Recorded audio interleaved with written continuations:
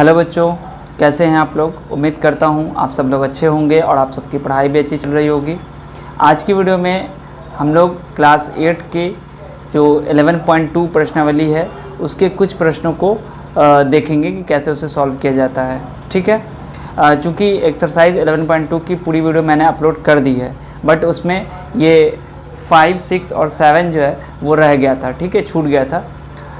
तो इस वीडियो में मैं इसी 3 क्वेश्चन को आपको मैं हल करके समझाऊंगा। ठीक है, सारा कॉन्सेप्ट, सारा चीज़ आपको समझ में आता ही होगा, इसलिए कि मैंने आपको सारा कुछ पहले ही बता दिया था वीडियो में। ठीक है, तो इस वीडियो में सिर्फ हम आपको सॉल्यूशन बताएंगे कि कैसे हम सॉल्व करेंगे। ठीक है, सवाल में दिया गया है कि एक बस 30 किलोमीटर प्रति घंटे की चाल से 6 घंटे में एक निश्चित दूरी तय करती है। उसी दूरी को वह बस किस चाल से केवल 4 घंटे में तय कर लेगी। देखिए, इस सवाल को अगर आप बनाना चाहेंगे तो आपने एक एक नियम यानी कि यूनिटरी मेथड पढ़ा होगा, उससे भी आप इसको सॉल्व कर सकते हैं।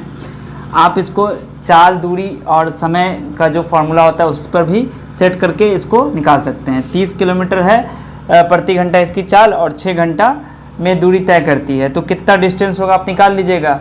और दूरी जब निकल जाएगी तो आप 4 घंटे में तय करना है, तो 4 से डिवाइड करके आप स्पीड भी निकाल सकते हैं, है ना। आपसे यही पूछा जा रहा है कि किस चाल से, लेकिन यहाँ पे चूंकि हम लोग को बनाना है व्युत्क्रमानुपाती जो इसका समानुपात है उसमें हम लोग को ये चीज़ करना है। ठीक है, इन्वर्स प्रोपोर्शन में कैसे इसको सॉल्व करेंगे, तो देखिए मैं आपको बता चुका हूँ कि इसके लिए हम लोग क्या करेंगे। सपोज दैट कि यहाँ पर हम लोग पहले एक बॉक्स बनाएंगे जिसके अंदर हम लोग क्या लिखेंगे। देखिए, यहाँ पर हम लोग लिखेंगे कि यहाँ पे 2 चीज़ दिया गया है, चाल और समय। चाल दिया गया है और समय दिया गया है। ठीक है, चाल आपको किलोमीटर प्रति घंटे में दिया गया है और समय आपको आवर में यानी कि घंटे में दिया गया है। ठीक है, मैंने यहाँ पे इंग्लिश में लिख दिया है। और आपको देखिए एक चीज़ इसमें आपको पता होगा कि ये रेशियो में रहता है। ठीक है, और उसको हम कैसे सॉल्व करते हैं वो सब कुछ आपको मैंने समझा दिया था। ठीक है, यहाँ देखिए इसमें क्या करेंगे कि जो हमारा चाल है दिया गया है, जो चाल वो है 30 किलोमीटर, ठीक है, प्रति घंटा, और समय कितना है 6। और इधर चाल नहीं दिया गया है तो चाल को हम मान लेंगे x और समय को मान लेंगे हम 4।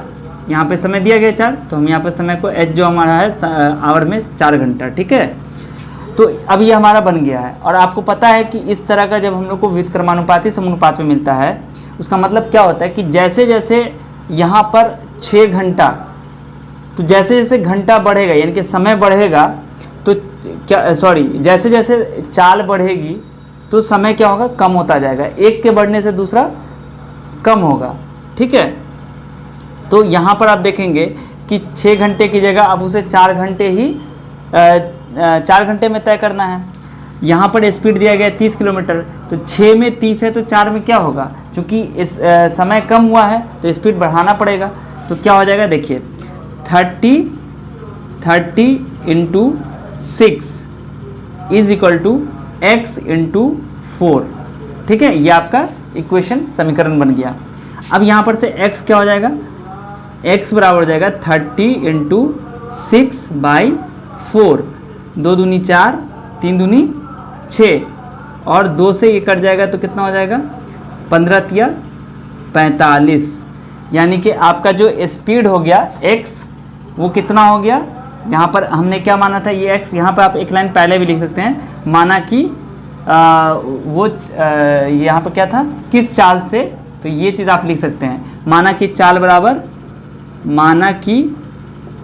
बराबर x, ठीक है, किलोमीटर प्रति घंटे। तो ये x आपका 45 किलोमीटर आ गया, यानी कि 45 किलोमीटर प्रति घंटे की रफ्तार से अगर वो चलता है तो वो उसी दूरी को 4 घंटे में तय कर लेगा। ठीक है, तो अब हम लोग जो अगला क्वेश्चन है, छठा क्वेश्चन, उसको देखते हैं कैसे सॉल्व करेंगे।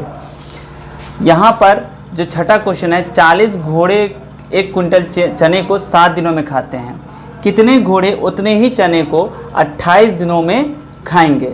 देखिए 40 घोड़े हैं, 7 दिनों में चने को खा लेते हैं 1 कुंटल को। ठीक है, तो 1 कुंटल ही चना है, लेकिन उसे हमें 28 दिन तक चलाना है। चूँकि 7 दिन में 40 घोड़े खा लेते हैं तो 28 दिन तक चलाना है, तो कितने घोड़े उस चने को खाएंगे।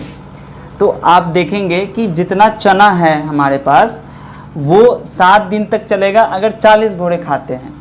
तो 28 दिन तक चलाना है, चूँकि 28 दिन ज़्यादा हुआ तो ज़्यादा दिन तक चलाएंगे तो कम घोड़े खाएंगे, तभी तो ज़्यादा दिन तक चलेगा वो। अगर वो 7 दिन में अगर मान लो घोड़े की तादाद बढ़ जाएगी तो क्या होगा, जो खाना है जो चना है वो कम दिन चलेगा। ज़्यादा दिन चलाना है तो घोड़ों की तादाद, घोड़ों की संख्या को कम करना पड़ेगा। ठीक है, तो देखिए यहाँ पर भी सेम आपको वैसे ही हल करना है।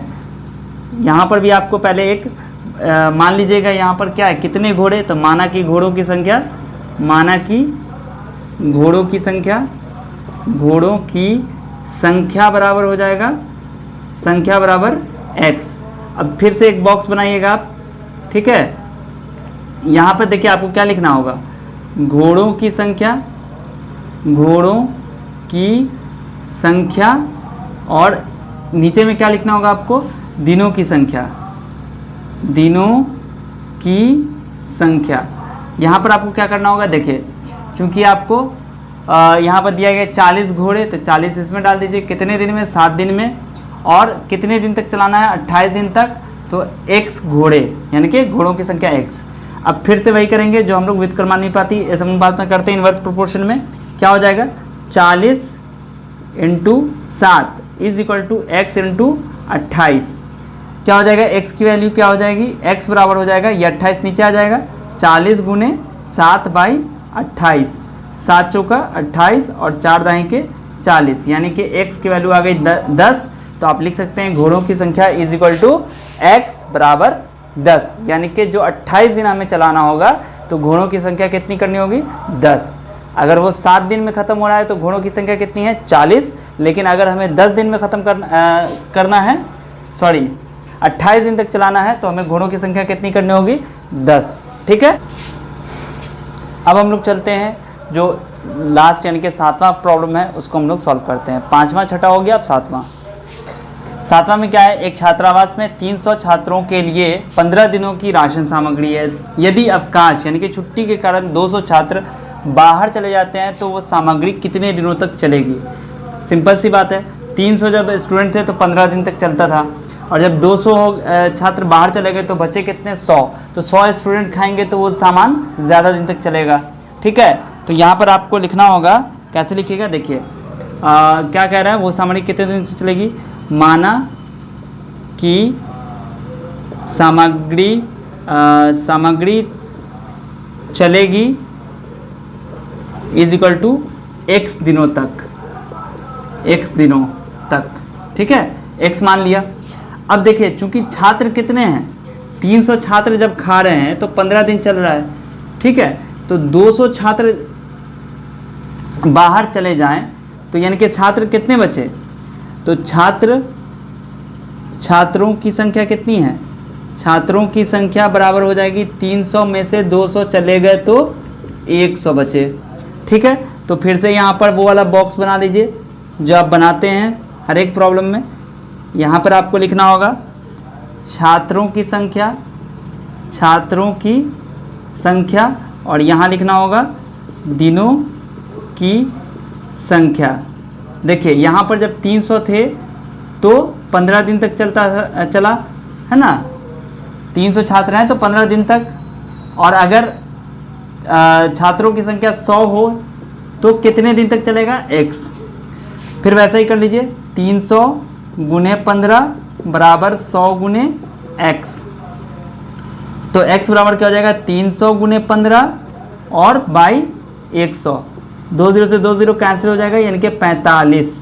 x बराबर कितना है, 45। आपने क्या माना था, सामग्री चलेगी x दिन तक, यानी कि x बराबर 45 दिन तक। जो सामग्री है वो 45 दिन तक चलेगी। ठीक है, तो उम्मीद है कि जो आपका 5वां, छठा, 7वां था उसका भी सॉल्यूशन आपको अच्छे से समझ में आ गया होगा। ठीक है, तो आप इस वीडियो को अपने दोस्तों के साथ ज़रूर शेयर कर दीजिए। बहुत सारे बच्चों ने कमेंट किया था, बहुत सारे बच्चों ने मैसेज किया था कि सर 5वां, छठा, 7वां जो है वो छूट गया है, और बाकी 8, 9, 10 जो आगे के प्रॉब्लम्स हैं वो आपको मिल जाएंगे। जो वीडियो मैंने डाली थी उसके अंदर ही सारा मैंने समझा दिया था। ठीक है, और इस वीडियो को अगर आपको अच्छी लगी है तो प्लीज़ अपने दोस्तों के साथ शेयर ज़रूर कर दें। चैनल को अभी तक सब्सक्राइब नहीं किया है तो प्लीज़ चैनल को ज़रूर सब्सक्राइब कर दीजिएगा। मिलते हैं फिर आपसे अगली वीडियो में, तब तक अपना ख्याल रखिए। वीडियो देखने के लिए आप सभी का बहुत बहुत शुक्रिया।